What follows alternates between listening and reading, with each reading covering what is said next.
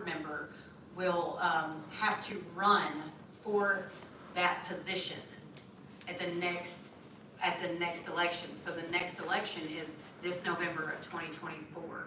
And so November of 2024, we actually have one board member going up for election. And then now, since this is an appointment, this person will have to run for the remainder of Dr. Broughton's seat. And so he is seated till 2028. And so the person, though, that is appointed would have to run this November of 2024. So someone else could also run for that position, and then that person would be the person that would be the appointed, take that seat until Dr. Broughton's appointment is finished in 2028. Thank you, Superintendent Barbie. And we want to be clear about that and clear with the community to make sure there are no discrepancies, make sure there are no rumors and innuendos in terms of what our authority is as a board and what our policies say about how we plan to move forward. At this time, we're going to go into an executive session. Now, we're going to move this time, so y'all stay right here. We don't want you to leave. We're going to go into move into an executive session at this time, and we'll be back. We'll be back shortly.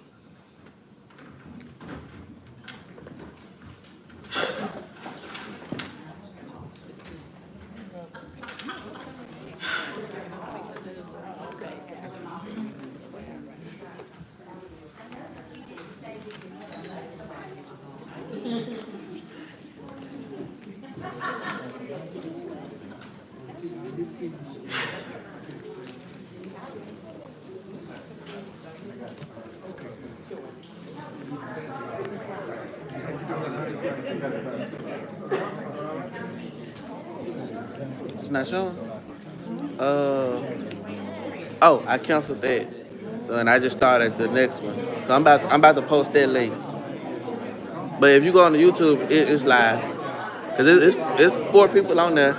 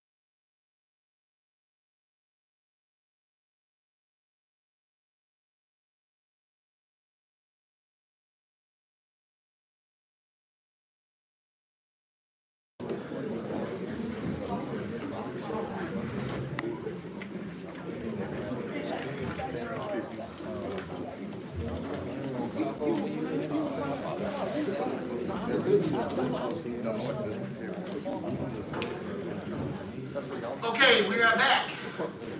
Notices were made in executive session. At this time, I'd like to entertain a motion to appoint Mrs. Benita T. Corbin to the Pbsd School District Board of Directors. So moved. Second. The moved and properly seconded. Ready for question? Hearing none. All in favor say aye. Aye. All opposed say no. The ayes have it.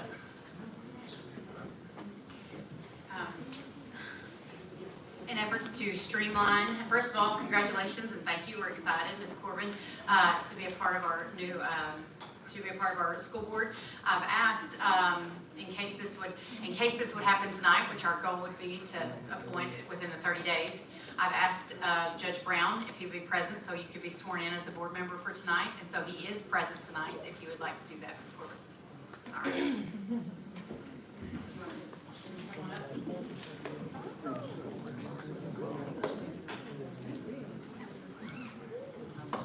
I'll do that. This Pam has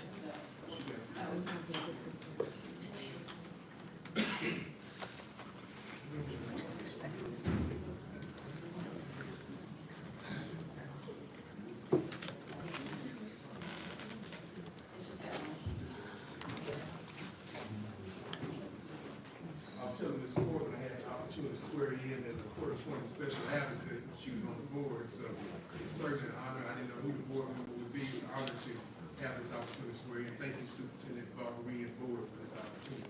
You raise your right hand and repeat after me. I, Benita T. Corbin, do solemnly swear that I will support the Constitution of the United States and the Constitution of the State of Arkansas, and that I will not be interested, directly or indirectly, in any contract made by the district of which I am a director, except as permitted by state law, and I will faithfully discharge the duty as school director in the Pbsd School District, upon which I'm about to enter. Congratulations, Director Corbin.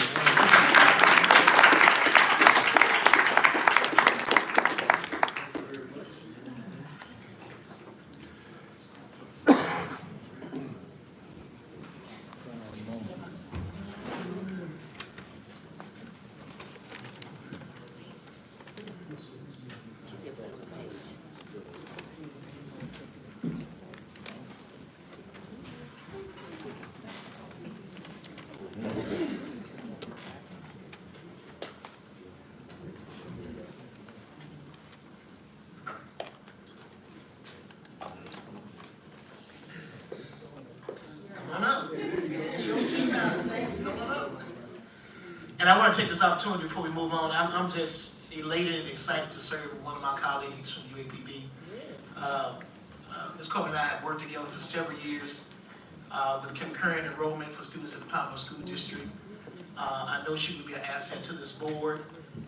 More than 42 years of experience in education, 30 years experience at UAPB, 3 years as an elementary teacher, Little Rock School District, and 13 years of hands-on experience with the state of Arkansas Department of Finance and Administration. So, you know, one of our goals is to make sure that we appoint good people and work with good people.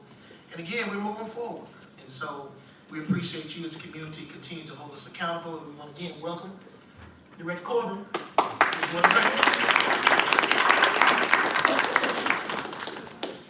She's also a member of Delta Sigma Theta sorority. I want to make sure that's said. So thank you all for your support. All right, moving on to the agenda. Now we're going to go to our Facilities Committee report.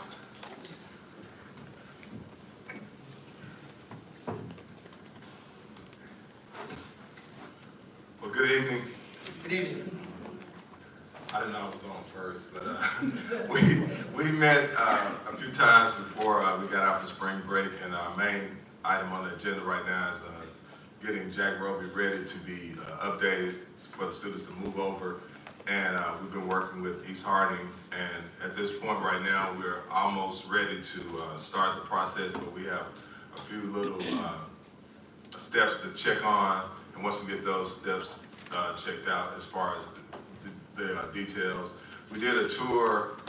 When did we do the tour? I think the week before spring break. Yes, sir. We did a tour, a walkthrough that day, and so now we're pretty much ready. So our target is sometimes probably 1st of April to get started. Any questions, comments, concerns of board members regarding the report? Thank you, Director Coleman. All right, our next committee report will come from me as the governance committee met. And one of the things we talked about in the governance committee was, of course, thinking about where we want to go in terms of professional development. And we discussed getting some specific professional development to help us to communicate with each other. And I had an opportunity to do some professional development with another training that I had about 2 years ago, the Center for Advancement of STEM Leadership. And in that training, the coach did a profile of me. I took a survey and did one-on-one coaching session to find out what my communication style was. And I think that's important that all of us on the board now, we full board, understand what our communication styles are, because sometimes we can offend each other, or we can, be ourselves and say things the way we like to say them, but it may not, reach the target that we're trying to reach. And so we talked about that. We talked about an opportunity to do some professional development, and the same way we feel about the professional development for our teachers, professional development for our staff. The more training we get, the better we're all going to be.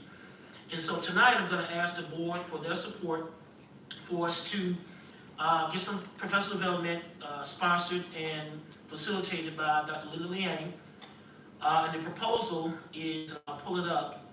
You've seen it before, where she's gonna do a one-on-one profile with us in terms of a survey, and then do a 1.5 to 2 hour communication in terms of giving us some feedback about what our communication styles are and how we can improve those styles. Based on the last estimate, that total cost will be $2,560. And within that cost, that includes 7 profiles, and it includes that one-on-one coaching and communication, as well as some additional feedback as a group and individually. And so at this time, if you have any questions, comments, concerns, I may be in a position to answer those. I know that each one of the board members has an individual professional development budget. And so talking with Superintendent Barbary, we could, if you choose to do that, and some board members may not want to do that, but I'm hoping that all will do this, and we do this together. Take some of those funds from that individual budget, and then we collectively put those funds together to be able to get this training before the end of the academic year. And so those are that's my ask. It did come out of committee with a new pass or full support. So I entertain any questions, comments, concerns you have at this time.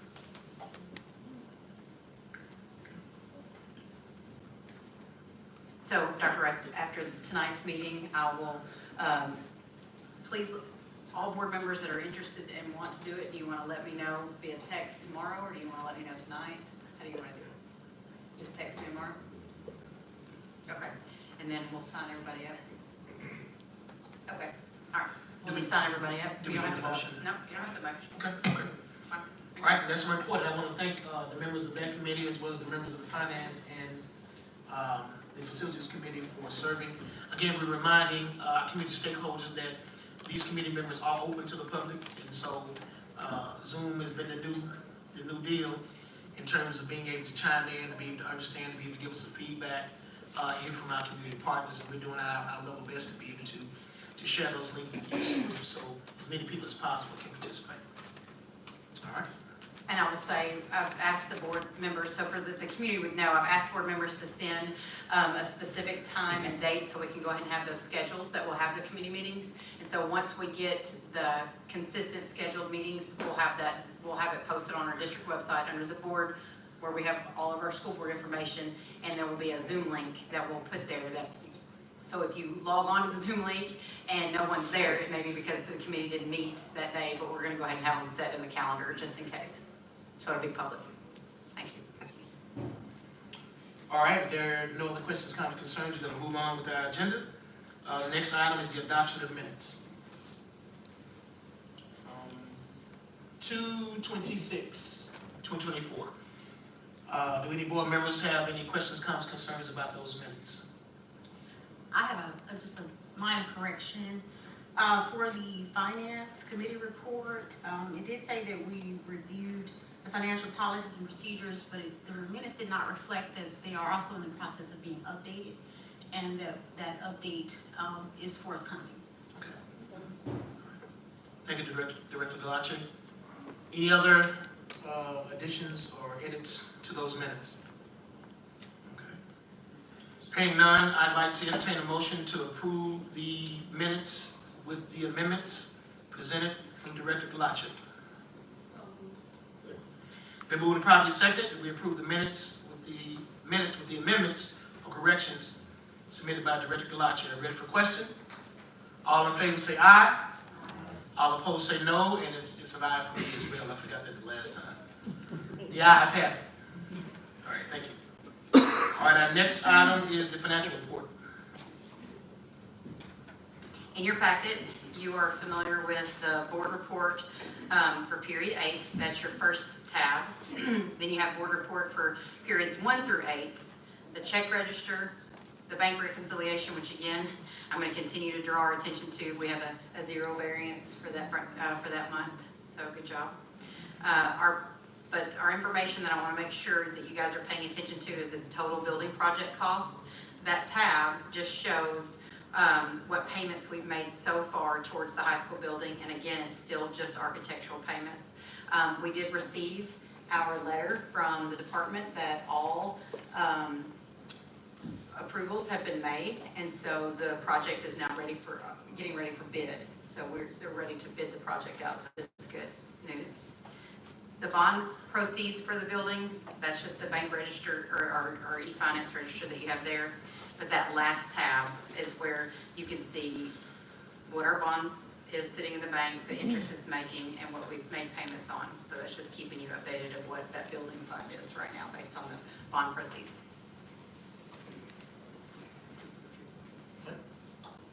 Are there any questions, comments, concerns about the financial report? Hearing none, I'd like to entertain a motion to accept the financial report as presented. Second. The move to properly second. Are we ready for question? All in favor say aye. Aye. It's aye for me as well. All opposed say no. Then the ayes have it. Thank you. All right, now we're moving on to PBC.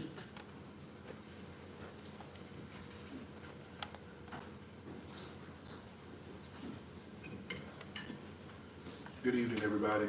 I hope everybody's doing well and enjoyed your spring break and back into the swing of things. I'm going to be brief tonight, and you have on the agenda, as well as in your packet, on the agenda you'll be approving the licensed employee paid maternity and paternity leave policy. And so we are submitting that, recommending that for approval tonight. And if you have any questions about that policy, I'll entertain those at this time.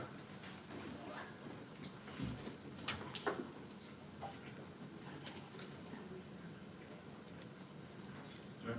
Okay, all right. So again, we thank you for your consideration of that.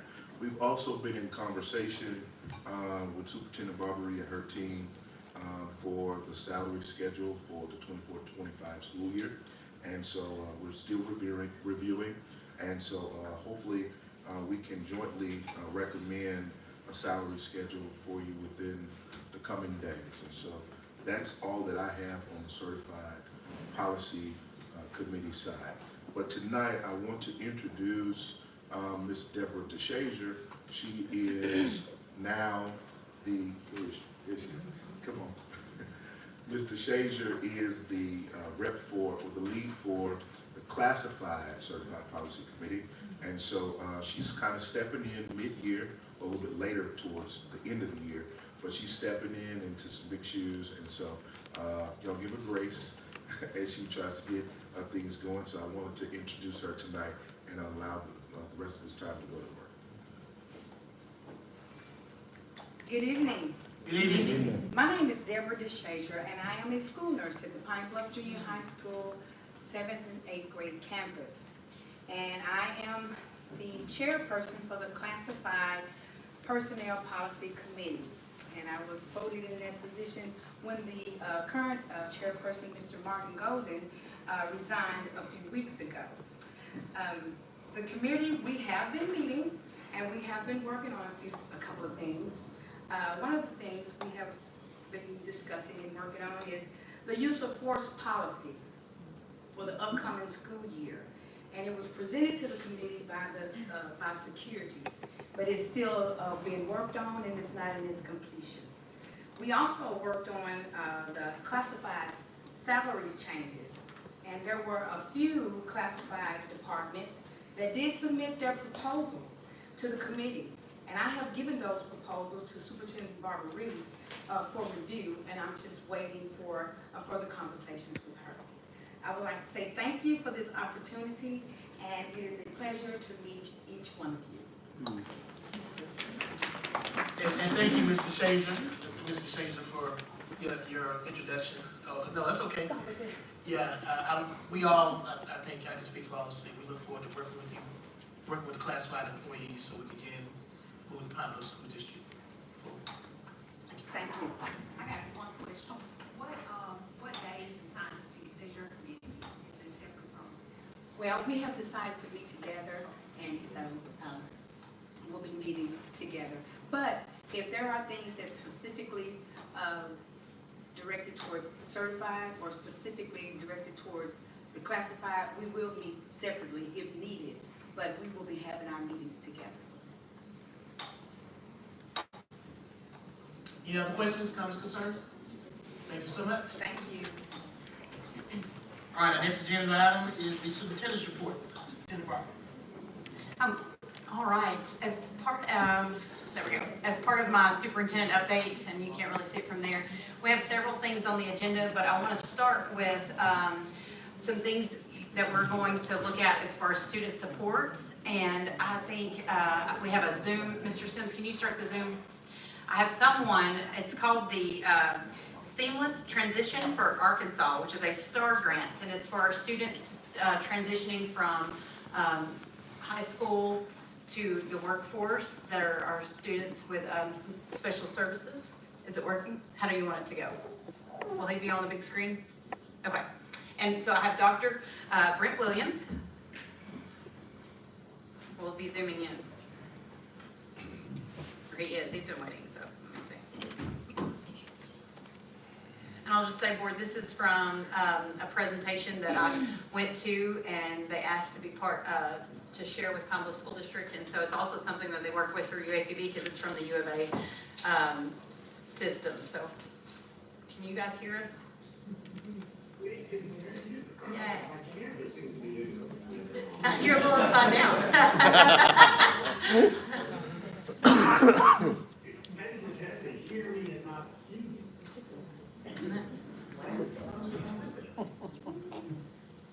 I don't know. I will not inflict that on you, so let me cut that off. And it's so weird. I promise you, I am not getting in from the ceiling. So, yes. About seamless transition in Arkansas. And seamless transition in Arkansas is primarily focused on improving the outcome for youth with disabilities as they transition from K through 12, particularly the high school years, into competitive integrated employment. One of the things that's happening is at the Fed level, at the Youth Department of Education level, they've been running projects for a little over 15 years intensely on school work transition. And one of the things that they figured out is interventions in school make all the difference. If you start working with youth, particularly youth with disabilities, when they're sophomores, when they're juniors, when they're seniors, and get what's called pre-employment transition services, I'm sure you may have heard the term pre-ES. If you start having pre-ES during those years, you can make make a big difference, because often what happens is these youth receive good services K through 12, but upon graduation, they go home and sit. And then their parents age or die, and then suddenly at age 30, you've got youth who've been sitting at home for 15 years. We want to stop that. The federal government, as you would well imagine, is very interested in stopping that, because those are members of society who would otherwise remain on Social Security or did be benefits recipients. So they're looking at providing these services up front. You are already providing these services. You work closely with Mary Ann Caldwell, Pineville School District does, and you have what's called a WIN program. And you're providing pre-employment transition services already. The STAR grant is a $10 million grant that myself, Dr. Shayla Rayleigh, Dr. Samantha Hartcheck, Bonnie Boaz with Arkansas Department of Education, Jim Mather with Sources, and Mary Ann Caldwell from Arkansas Real Services put together to try to address high-need areas. And the thing that we're coming to speak to you tonight about is to do an additional work with the pre-eds that you're already doing and try to get these youth to have off-campus work experiences. That's kind of the key here.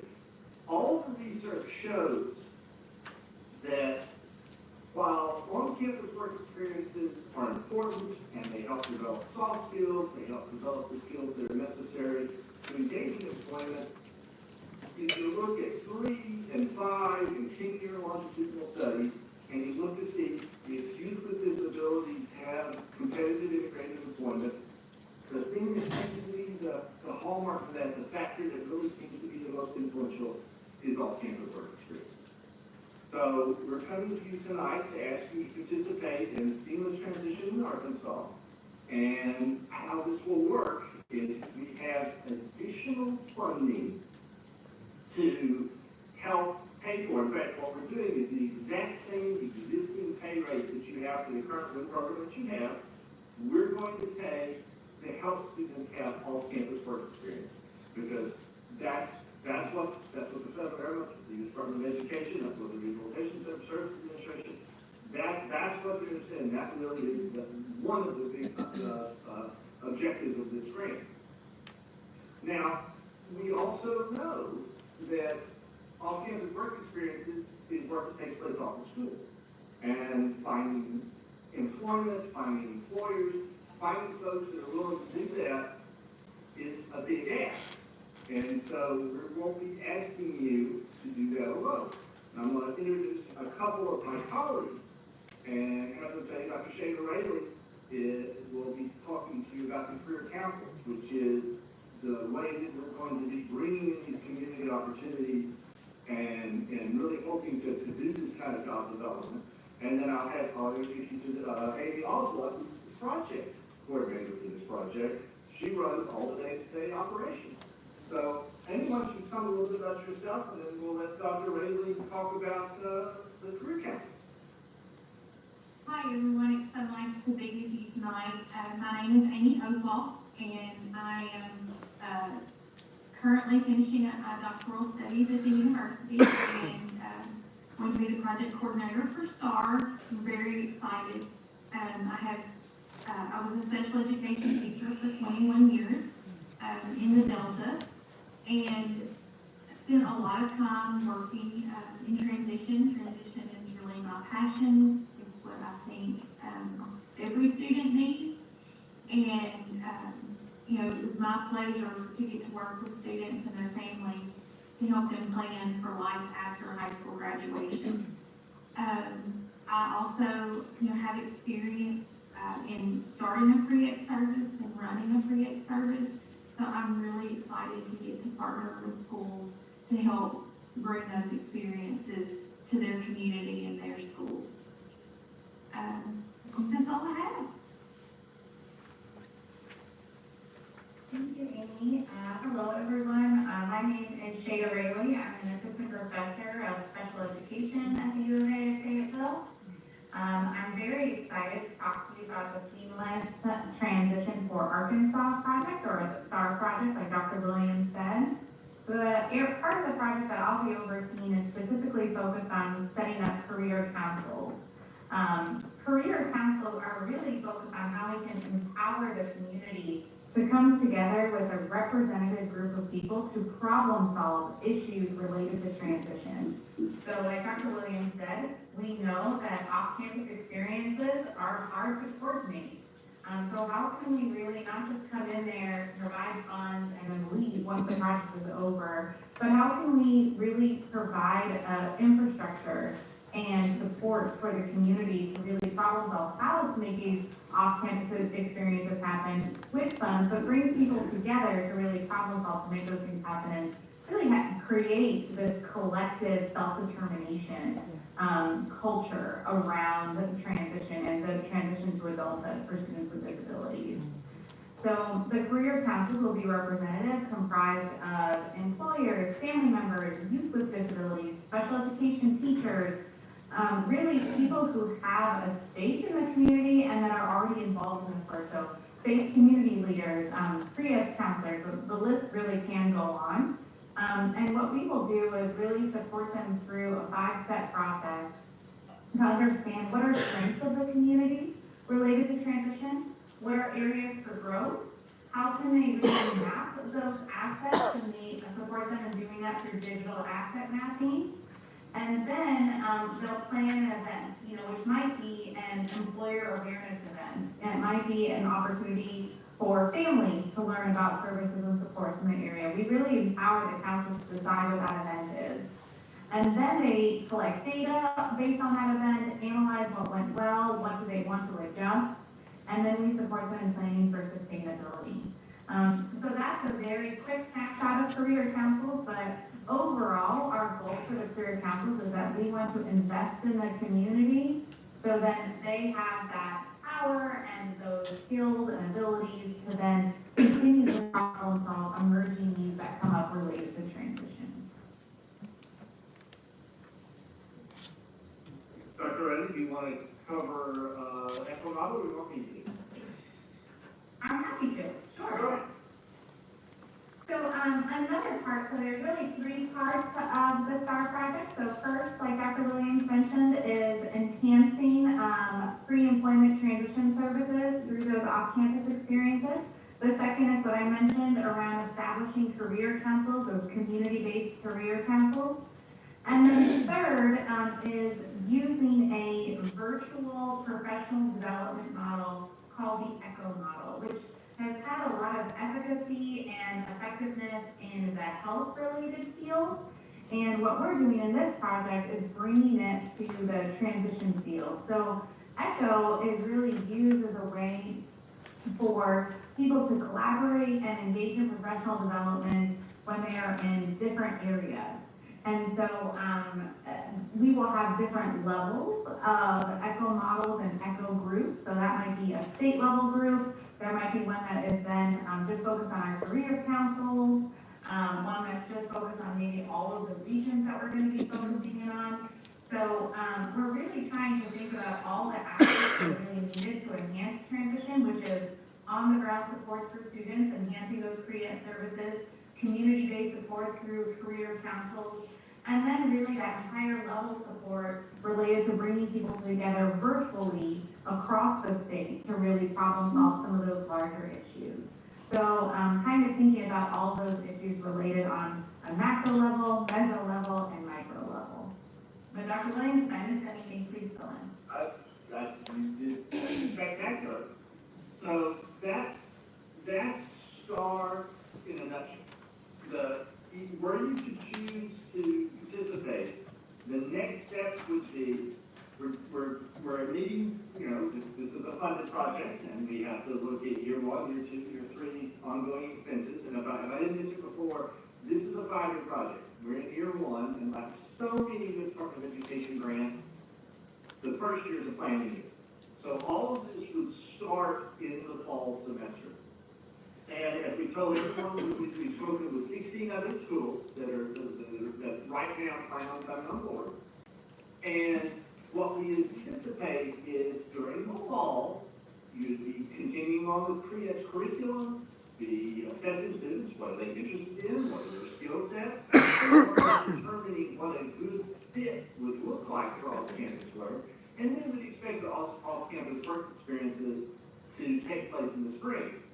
And I want to stress that when we say off-campus work experiences, we're not talking about full-time employment, we're not talking about half-time employment. You notice we kind of use this jargon that's from the Department of Ed, which is off-campus work experience. This is a work experience. Like I said, it's not even half-time employment. We're typically looking at 7 hours a week for the students in off-campus employment. The idea here is for them to have the experience.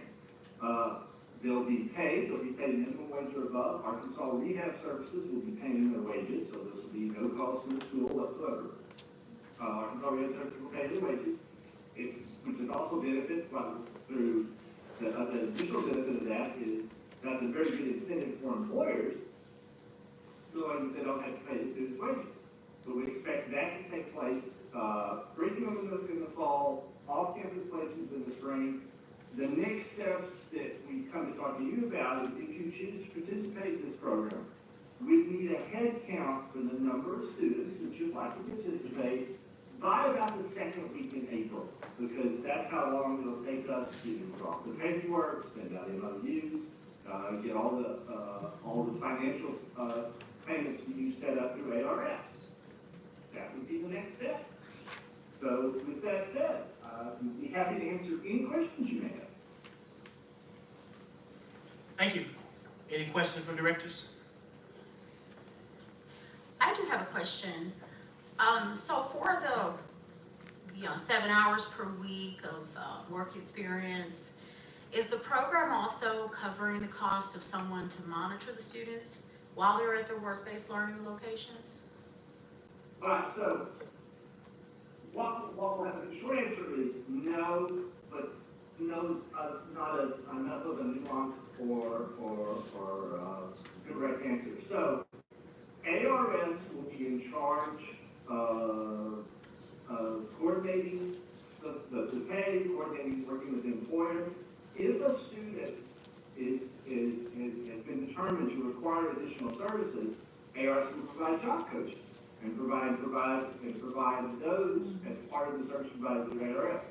So yes, we're going to work with the employers. If the employer says, for instance, you hire a young woman with cerebral palsy, and they're just kind of figuring out what she can do, and the employer's not ever hired someone with a disability before, then what very well may happen is ARS will say, well, we need a job coach with this person for the first few weeks. And the whole point of a job coach is to stick them in there and then slowly fade away if someone becomes more confident. So that would be part of the fall part of the year, is to really assess what kind of support is needed, then coordinate that through ARS, and then have that support available for the spring.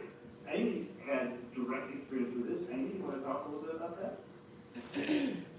Sure, I'm happy to. So also typically what happens is you will get 2 payments a year from Arkansas Rehab Services that is based on the number of students that you have enrolled in the program. And then that is up to you how you spend that money. So, schools have used that to hire a paraprofessional that can help support students in their placements. They also have used it to help with transportation costs. So it's really just kind of figuring out, like Dr. Williams said, what students need, and being very open with your rehab counselor and problem solving that and figuring out how you can best support the student as they are, moving into those work experiences. A lot of programs are, and we're encouraging this, is you may not want to start out with 35 or 40. You may want to start out with 5 or 10. And as when we met previously with your faculty staff, we said, pick a manageable number of those that you think are eligible. And we're not saying we don't want, we want you to succeed. So maybe this is if this is the first year, we'll have 4 more years of this. And the whole point of this grant is to set up infrastructure for you, so when we go away, you can keep doing this. So maybe in the first year, you take a handful of students that you think would really benefit and could succeed in off-campus employment. You see how that goes, we learn the lessons, and then year two, we can ramp it up and do a bit more. See how that goes, lessons learned, year 3 and 4. So we're not asking the schools that we work with to jump in with 30 folks and really bite off more than we can choose. Our project officer who's looking over this grant with us is really encouraging us to let schools kind of make the decision. The point of this is to have success so you can learn from the success. Well, and I also want to say that while we do want students to be in off-campus work experiences, we also understand the value of having students in on-campus experiences with. And so for students that maybe do need more support in the beginning, that might be where they might do an on-campus experience somewhere where you can provide them more support. And then as they learn those skills, then they can move to an off-campus job where they would need less support. Thank you. Does that help answer your question? Yes. I have one question, I guess it's Superintendent Barbie. So who or what division of the school district is gonna be select the students? And my understanding is, once they get the head count, then they work to facilitate those site placements. Sure. And as far as site placements, that's something that'll come a little bit later down the road. But this will be a project that goes through our special services team. Our special ed supervisor, Ms. Boyce, we originally sat and Zoomed with them to hear the information first before I brought it to you guys. And so that would be our process. It would be part of their IEP as far as transitioning conferences and things like that. So it would be the IEP team that would help select the students that would be a part of this. All right, any other questions, comments, concerns? And I'll just mention that this is just information. It is an MOU, a memorandum of understanding, but there's no obligation by the district. But I didn't want to do a project like this because it is going to involve the community. It is involving our board and our student support. So I want to make sure that you guys were aware of that. So there's no vote to be done. It's just information. All right, thank you so much for your presentation. Absolutely, and as offered in the chat, this will be an ongoing project. If you have any further questions or concerns, you can reach out to myself, you can reach out to anyone on the project, but particularly Amy or myself are kind of the touch points for this project, and we're happy to answer any further questions if you have them. Thank you. Thank you, Dr. Williams. Absolutely. Thank you. So also under superintendent report, this also goes along with student support, because we're talking about supporting our students and how we're providing all that. But I put it under stakeholder and community engagement as well, because we have another opportunity to work with community members, and that is part of a Gear Up grant. And so Dr. Davis from UAPB and Dr. Flowers is here to talk about the Gear Up grant.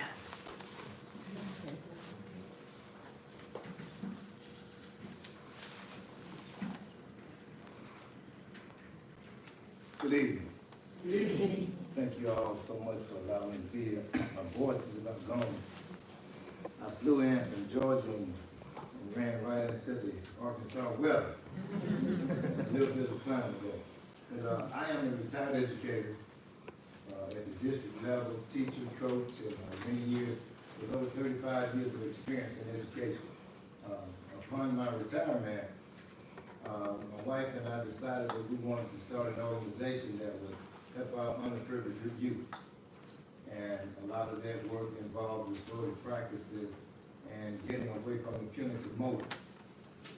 We can never punish our way to success, because our punishment without accountability is highly ineffective.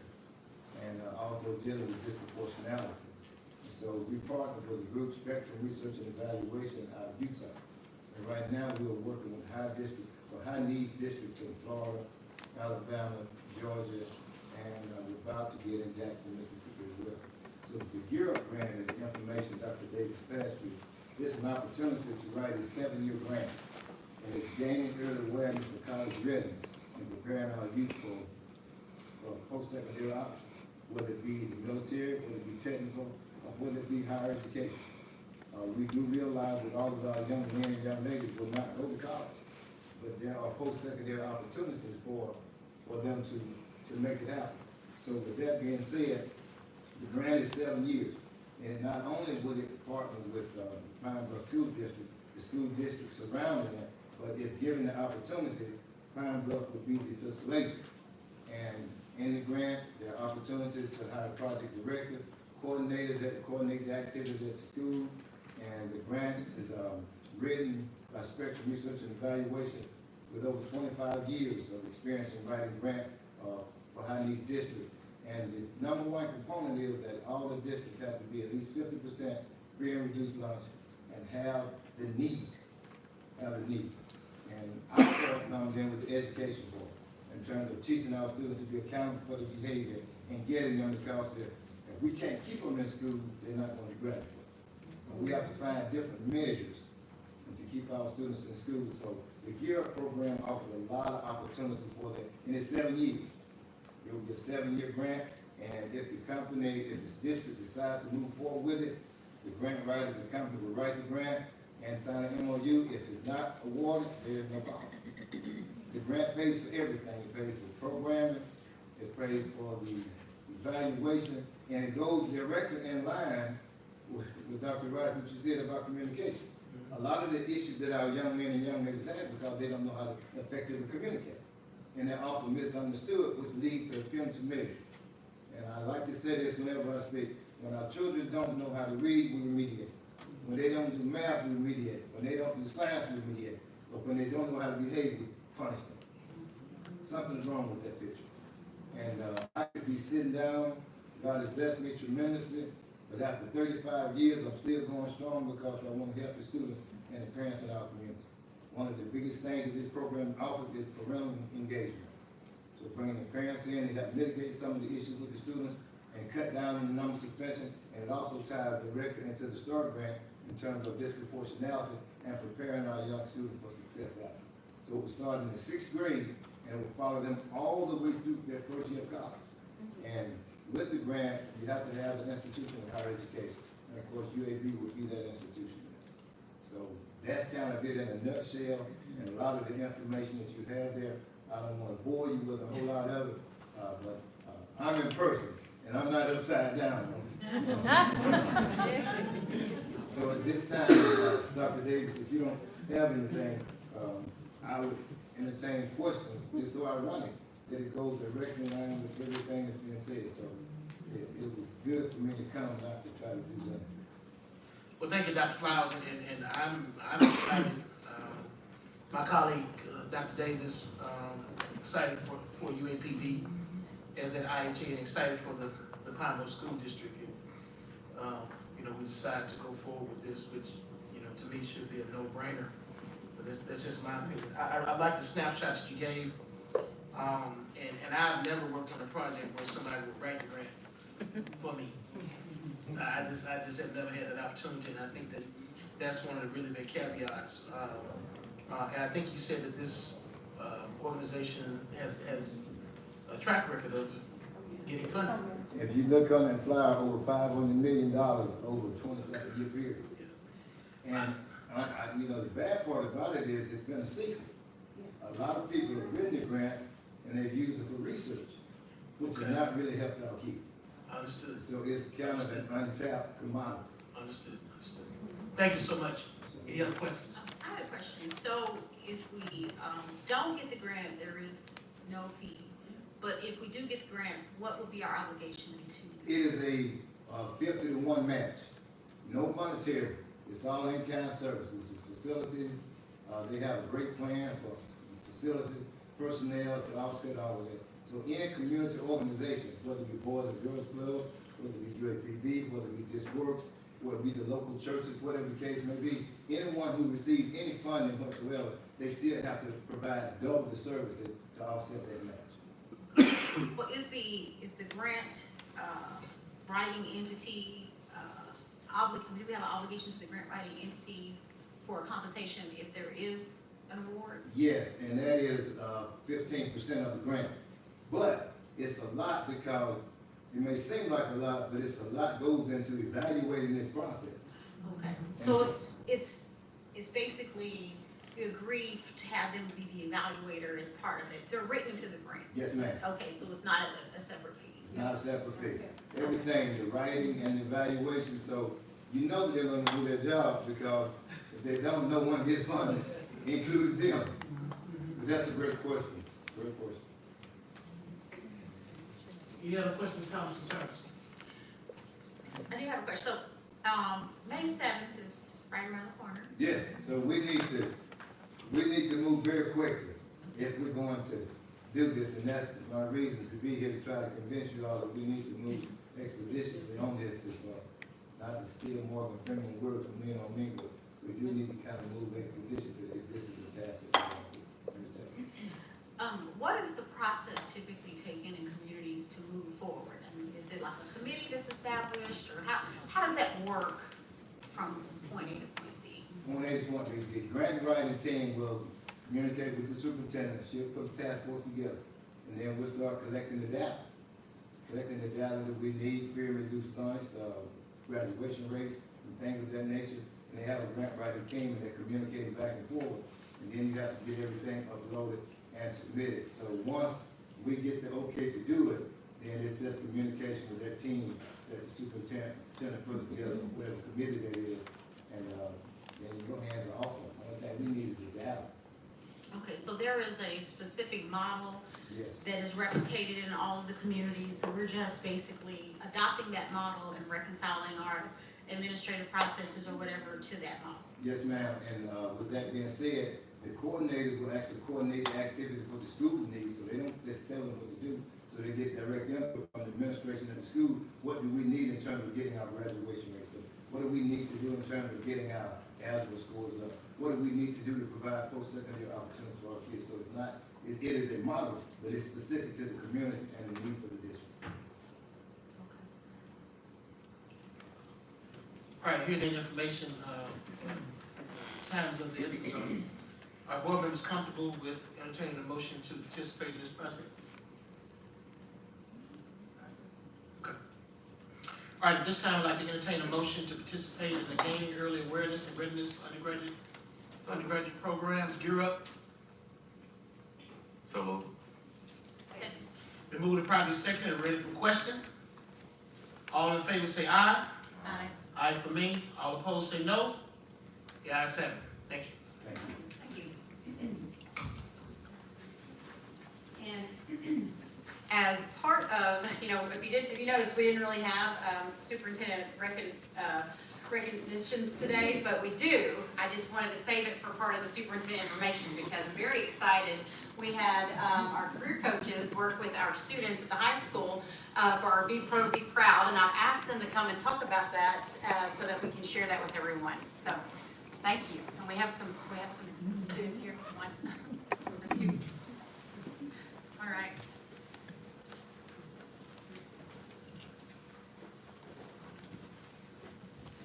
Good evening. Good evening. I'm Denise Shavins, one of the career coaches. I work alongside Ms. Michelle Hurd. And so we want to talk to you just a little bit about the Be Pro, Be Proud draft day that we had an opportunity to participate in. Basically, Be Pro, Be Proud is an organization created to bridge the gap between high school students and entering the skilled trade and workforce. And so this year they had what's called draft day. They did 9 of the state of Arkansas, partnering with the Arkansas Chamber of Commerce.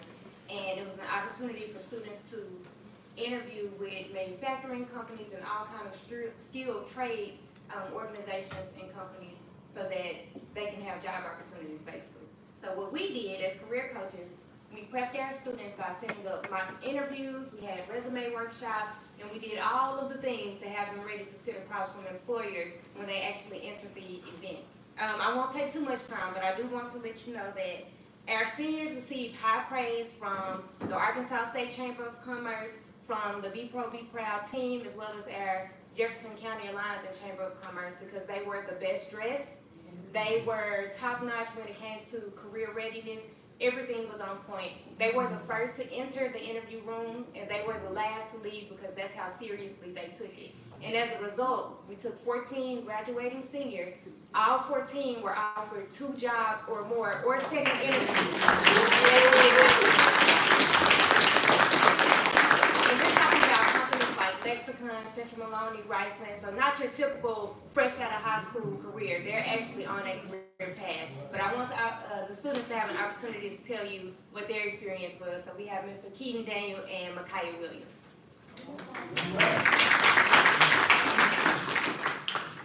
I don't talk very much. It's more about action, but these students deserve whatever we can do for them, because we always say that I can't be what I can't see. And so then we want to provide opportunities, whatever we can do to provide opportunities for our students. So we're very, very proud of them, and so we're gonna let them talk now. All right, first and foremost, I want to say thank you to them and everybody that was a part of letting us do this experience and getting us ready to prepare for jobs and stuff like that. And with me, I'm a graduating senior, and it's kind of hard when you don't know what you're going to do. So I feel like it was good for us to have those interviews, and actually it was a good experience. And for me, I got offered 2 jobs, and my first interview went great. She said that if I would have came to her room, to that facility, that I would have been hired on the spot. But I also got an offer from Union Pacific and also Reynolds Construction. So.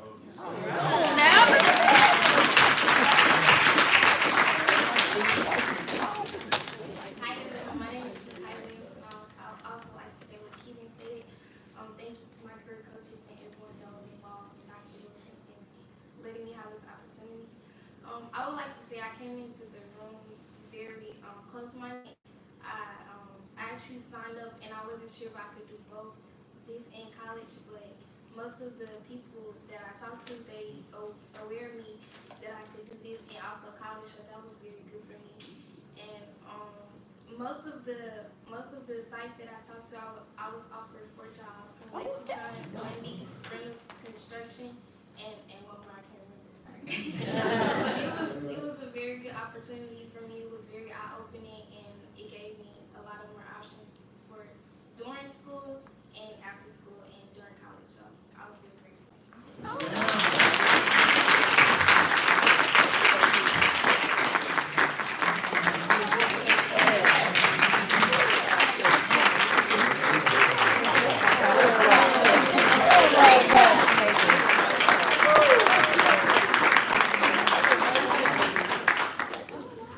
Ms. Evans, would you help us? We wanted to recognize the appropriate crowd, so of course, and then our career coaches, but we have all the students that went as well. But if you don't mind, hopefully, we'll just make sure that you're there.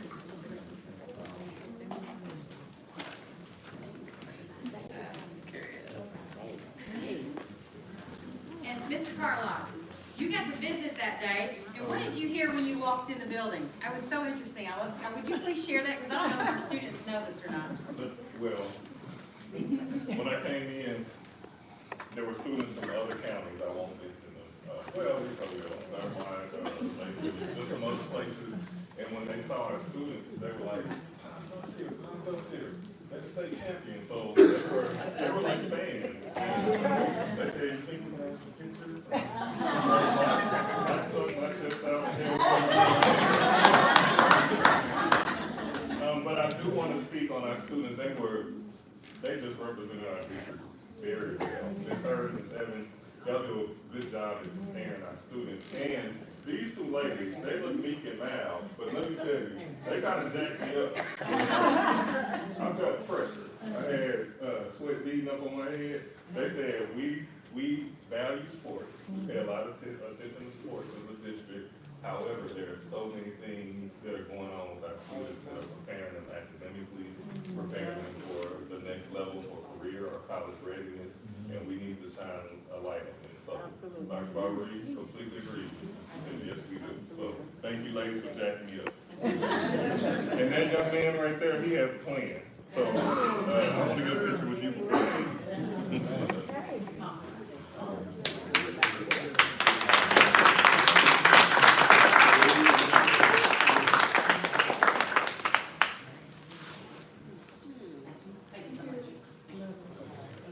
right, next for information, academics, I don't know if you guys are familiar, but we gave the Atlas Writing Summative Assessment. It was done. And so Ms. Lee is here to share that information with you as far as our data for this board meeting, our student data. Good evening, everyone. My name is Bernita Lee. I'm the district test coordinator for the Pine Bluff School District. So thank you for allowing me this time to speak with you today. During the first 2 weeks of the Atlas Summative Assessment, this is a different type of assessment this year because it's actually split into different ways. We, the Pine Bluff School District, engaged with the first wave of assessment March 4th through the 15th. That was 2 weeks.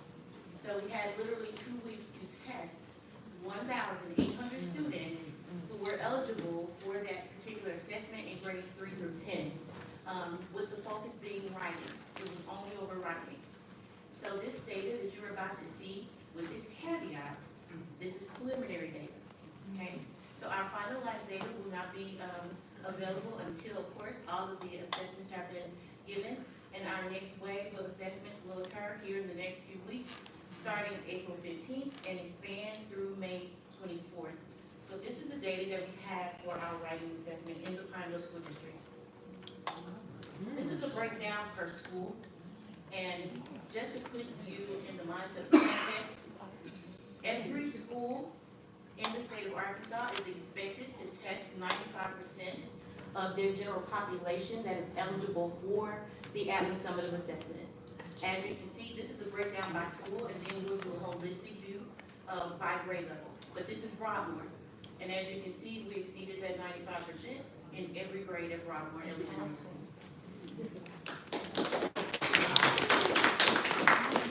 This is James Matthews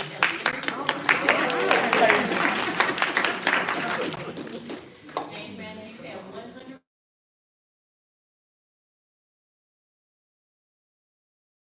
They were tested over their writing assessment. And as we progress through this, I want you all also to know that this is just a piece of the ELA assessment data that will be figured at the end of the year as we progress through all of the ELA, the reading and the writing. All of those components construct our ELA score. So if the students do not take this first piece of this assessment, which is the writing, they will not get a cumulative ELA score. This is Southwood Elementary.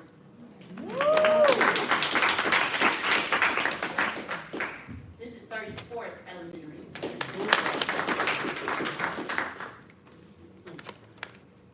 This is Pine Bluff Junior High School. Pine Bluff Junior High School, because if you notice, we have 4 elementary schools, so our grades are split 4 ways.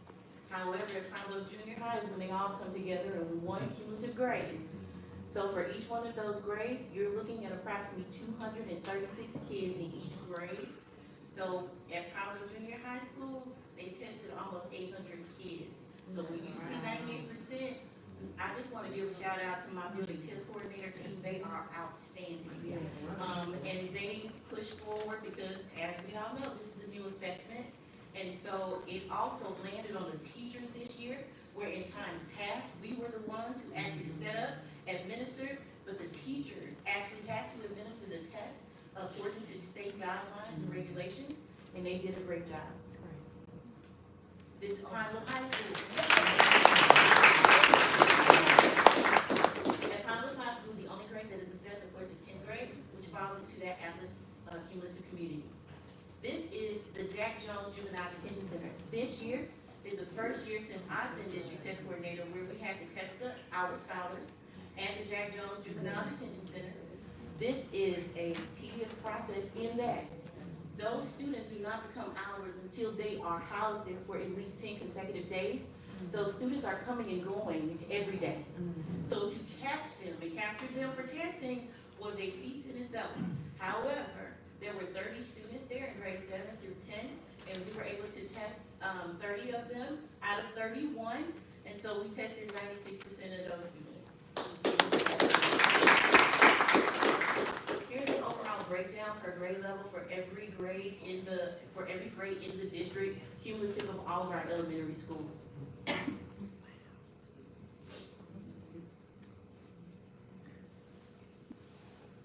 And thank you all for your time. Thank you, Ms. Lee, for sharing that data. And superintendent report, we also have a presentation. Mr. Mark Bridges is here from ACE Sports, and so he's going to talk about the opportunity in regards to video boards. I'll say the original conversation that I had was in regards to the new high school project. When I was at the state tournament at Searcy, when we were in the playoffs, you know, they had the video boards, and I asked the superintendent there at the time, who did their boards, how did they get it going, and he talked about this company, which is a sole source. And so I met with Mark in regards with to talk about our arena, and then it came out that in that same meeting there were possibilities for a football board. And I do know that in our conversation, Mr. Gregg has shared with me that, you know, our play clocks are not working. We were in the playoffs, and the play clocks on the football field were not working, and they're outdated, and there's a lot of things that are going to have to be replaced as far as our scoreboard and our play clocks. And so if we were going to replace the scoreboard, it could be a possibility to replace it with a Jumbotron. And that was a conversation that Mr. Gregg and Mr. Bridges had. And I just wanted Mr. Bridges to come and just talk about what that is. It's not a decision we're making tonight, but I wanted you to be able to be aware of the information. Thank you very much. Yes. Every time I'm in Pine Bluff, I remember Ken Miley in 1990 hitting a three-pointer against the West Memphis Blue Devil, or I would have another state championship ring. And I'm still bitter. I'm still bitter, okay? Let me start with that. So you can return the favor and work with me at the company. Mark Bridges, ACE Sports, we're local. We're one of 3 raw video board Jumbotron factories in America, literally right down the street from you guys. And about 10, 11 years ago, we saw a problem with arena applications and high school football being used, except for places like Texas, where they do everything big and better and all that. I get tired of hearing about it. Well, we wanted to go to a school and say, let's just take a time out. You just passed the bond to build a $16 million arena at Lake Hamilton High School. And they were going to get a very small, what we would call a square on the wall, kind of like this, video board that could barely be seen. And we just took the idea, let's just pretend like budget's not on the table. Let's dream a little bit, why not? All right, you're about to build this nice new arena, and let's just imagine, get what you want. And they're like, whoa, wait a second. And I said, no, I'm dead serious. We'll go raise some money for you through advertising, branding, marketing dollars to offset the hardware cost. And Dr. Anderson said, well, you got my attention now, so you're trying to say, like, when we got turf 8 years ago, we had someone come in and kind of help facilitate dollars to offset the cost of the turf. I said, yes, sir. And so we looked at some images, and I said, why not look at something like the Dallas Mavericks or Oklahoma City Thunder? You can see the moment in the room with the superintendent and with the facility director or with others. And they're like, how much that costs? It doesn't matter. It doesn't matter.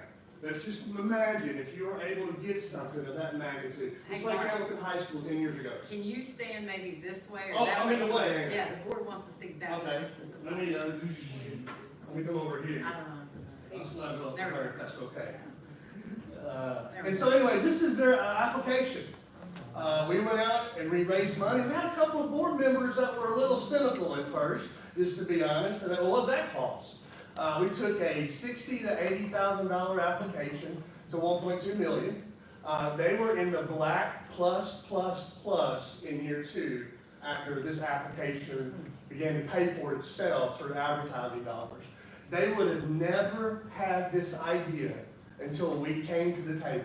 Architects, construction people, they know steel, they know concrete, they know normal applications. We wanted to come in and change the game.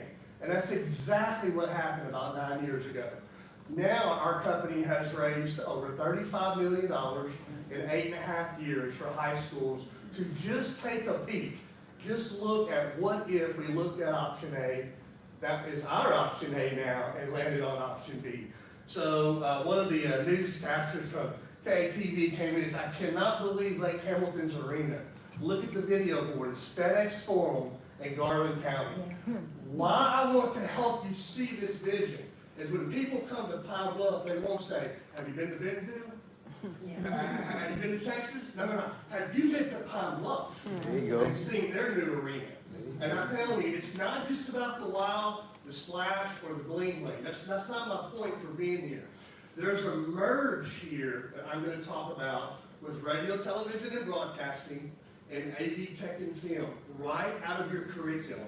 So now junior high students, high school students can merge with athletics and do live production. Wow. Right now, you can't do anything at all, nothing in the arena of live production. So we just wanted to at least enhance cookie cutter, little boy, small video board applications to something that looks really good. Or what if it looks off the charts? And that's exactly what some schools have done. How many of you were at Searcy for the semifinals or quarterfinal basketball game? That's some people that were there. Y'all got to see what Searcy had. We came to them 3 years in advance before they decided to do anything on their new arena. So there's some key elements about what we're doing here is I want you to see the fact that you'll have a student that can train other students in live production. She's teaching her how to do instant replay in the moment at Morrilton High School's new arena, right down the street. They did their applications on the wall, and I'll show you some of those here in a minute. This girl is training her live, and the girl right here with a headset on, she's driving the whole show. So you know what those kids are doing that Pine Bluff can't do right now? They're building a portfolio for scholarships in the future. Number two, they're building a skill set in this particular field, so I could hire them to work with me, and some of them can make 60, 80 right off the bat in this industry.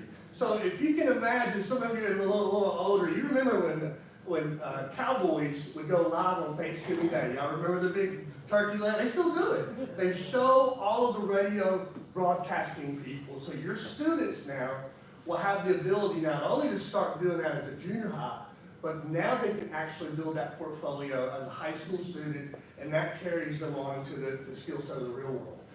So both and is what we're looking at accomplishing here. Now, it's not going to look like that right off the bat. Year one's going to take some time, but as you saw in Searcy, they were doing a phenomenal job with what they had to work with in year one. So that is our goal. We've done many of these applications. We just wanted to kind of give you an idea of what we're looking at on that side of the fence. Let me get out of that right there. I'm really consolidating here, so bear with me. I know y'all have had a lot of presentations. We'll go out, we'll put boots on the ground, and we'll generate the revenue with you and for you, okay? There's a time frame involved with that we will work. One of the videos, Sarah can, if you've been to the Jack Stevens Center, seen a UALR girls or a basketball game over the last 4 or 5 years, those are our new Jumbotrons, and they're legit. And if you can get the exact same thing, Sarah likes to show their commercial. So guess who we're going to sit down and visit with right off the bat? Sarah, and they will probably look at a title package. They may want to come in at a level where, okay, we're going to be able to help you out here. And so then we will look with banks, work with banks, then car dealerships, and then the list goes on in every vertical market that would like to advertise and to give. So here's what you're doing. With the bond pass, you rob Peter to pay Paul. Get something really nice, and then the advertising dollar washes a car. Now, it would like someone pull up in the driveway and say, hey, you a Bugatti? I have to pay for it. I said, well, let me drive. Let me get in the car and drive it then. You'll help me pay for this? Yes, I am. And that has worked very effectively in some 2A and 3A communities that we've worked with. Cutter Morning Star. Would you let Cutter Morning Star show up Pine Bluff High School? No. Brooklyn High School in Arkansas. Crossit High School. All right, I'm not talking about these schools that, man, I wish we could do that. No, these are schools that actually did it and accomplished it, and they did something really, really good for the community. So that's something I want you to think through. We'll help you walk through all of those applications. I'm going to get to football to give you an idea. This will be an image just to start, kind of touch the surface here a little bit and then open it up for questions.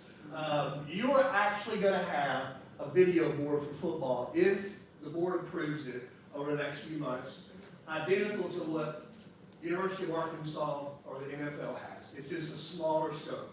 It will do the same type of things. I have video after video after video I could show you. But to give you an idea, it will all be video. You can buy a new scoreboard, but that's like buying a flip phone in a smartphone world. I mean, y'all still got flip phone. Now, don't raise your hand. Okay, I look there. I'm being honest about that. And a lot of schools have made that transition in our world. So I'll go past this. Here's some pictures, some images of football applications.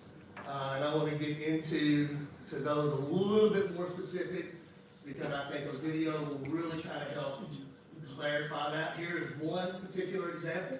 I don't know if we have audio here. We do. All right, so now they need to scare away hunger. The students created the graphic. All right, I want to play that video again, and I'm going to pause it. Outlaw Snacks is a sister company of Bad Boy Mowers. I mean, you've heard Bad Boy Mowers. I have. They got legit product. They saw our video boards across the state and like, wait a second. There's no difference in what the college and pros have. They're what they're providing. Well, what are y'all doing? Tell me a little bit about your product. We have a sister company called Outlaw Snacks. Walmart, they just struck a contract up with Walmart and Buc-ee's. So they're really good chips. And they said we have $400,000 and we want the biggest, the baddest, the highest definition video board in the state of Arkansas. I said, you better go talk to Russellville because they did one for $640. The point is to not stretch the budget in your mind tonight. To not sticker shock you, ooh, that's going to be a tough decision to make for us. Well, it should be, all right? But I want you to look at the possibility of now students with cameras on the field, in the press box, and now they're running the live production through this board.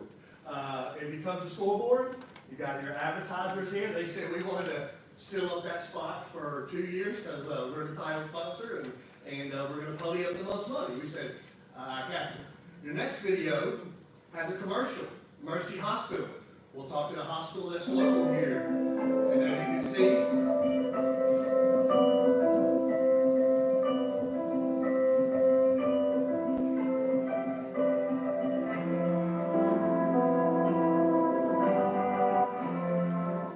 Stop it.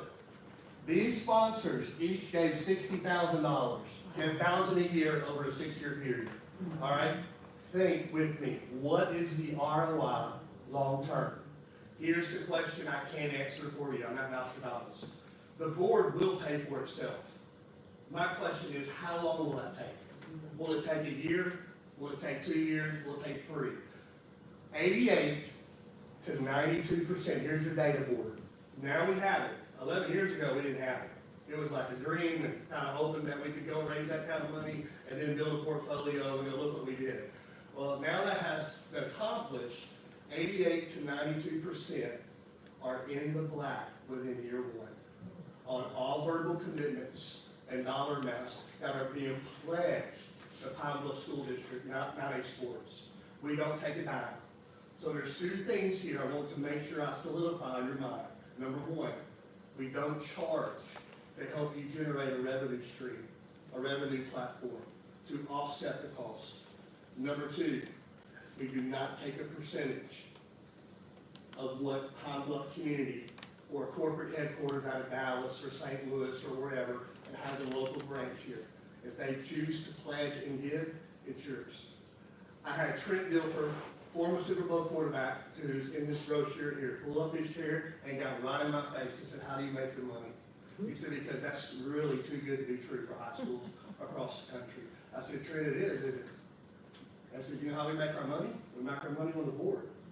If you get into the black in year 2, and let's say year 5, year 7, year 8, you're in the 120, 150 percentile of sponsorship revenue that has come in, it's yours. He says, no wonder our team has contacted you. It must be nice to have a high school football program that had a director of operations and a director of development. And they vetted us like the federal government. They said, how can you do that for every high school across the country? I said, Trent, we don't. We look for the right opportunities and we look for the right phone calls. And we got a phone call from you right after the semifinals there when y'all played at Cersei. So we know you're in a bond situation. We know we have time to lock arms with you. Now here's the question. What's going to be the unique wrinkle for Pine Bluff? What's going to be that chandelier that may look like what Fort Smith Southside Northside did? And they said, what are you talking about? I said, I'm talking about doing what the FedEx Forum did. They said, in Fort Smith? For both arenas? I said, well, what? And this is what they got.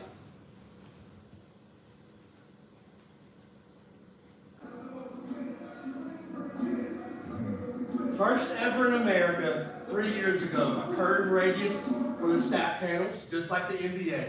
First ever in America, underbelly boards, just like the NBA.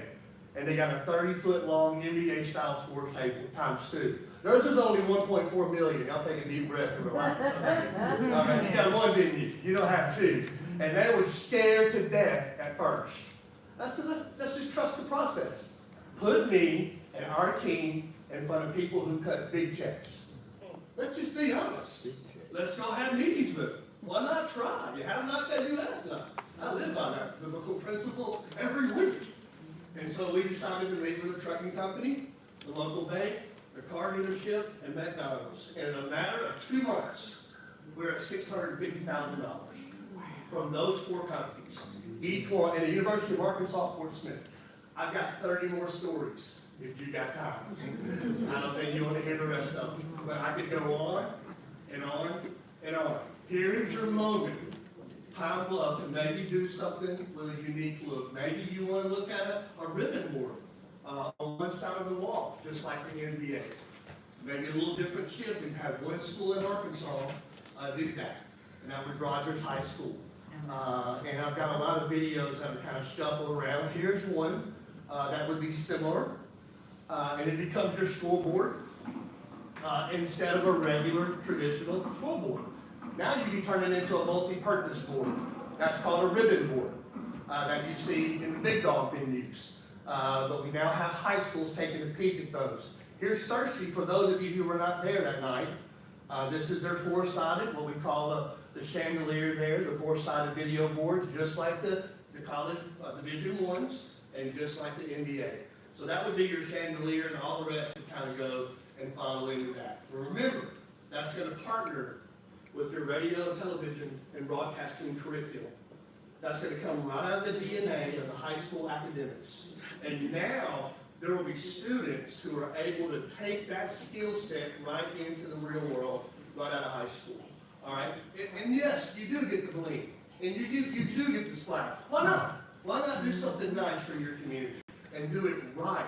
You can settle, and that's what a lot of schools used to do. But why not? That's just, we'll leave you with that. If there's any questions, I'd love to answer.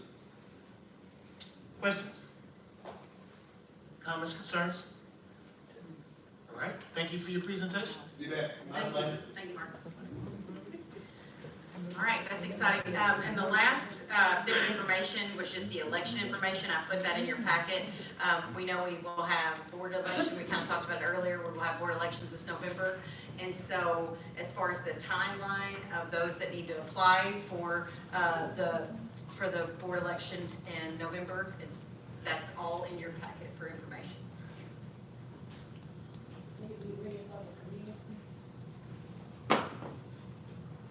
We're not taking questions. Thank you. And we're on to new business.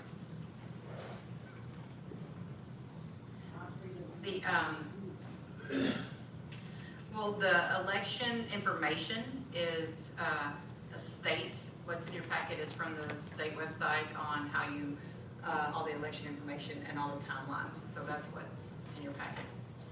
As far as new business, Mr. Smith talked about the presentation for the employee paid maternity leave and paternity leave. The recommendation has been made. You guys have had time to review it. It's been in your packet. I missed to put it in your packet last month, so it's here now. Are you ready to move?